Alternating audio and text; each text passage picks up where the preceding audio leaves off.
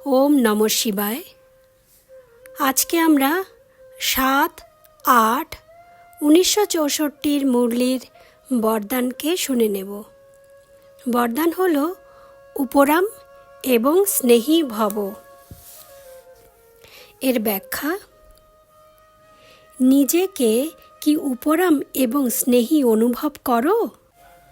যদি শিব বাবার সাথে থাকো তবে কোনো জায়গাতেই একাকিত্বের অনুভব হবে না।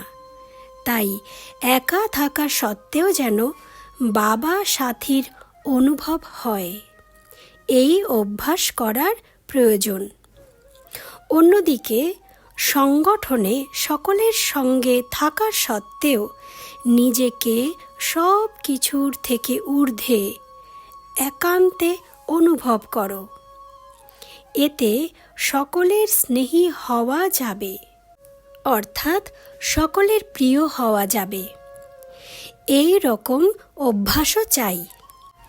দুই রকম অভ্যাসেরই প্রয়োজন রয়েছে: সঙ্গেও থাকতে পারা এবং একাও থাকতে পারা। একা অর্থাৎ উপরাম এবং সংগঠনে অর্থাৎ স্নেহী হয়ে থাকা। প্রয়োজনে উপরাম আবার প্রয়োজনে স্নেহী, এই দুই অভ্যাসই চাই। ওম নমঃ শিবায়।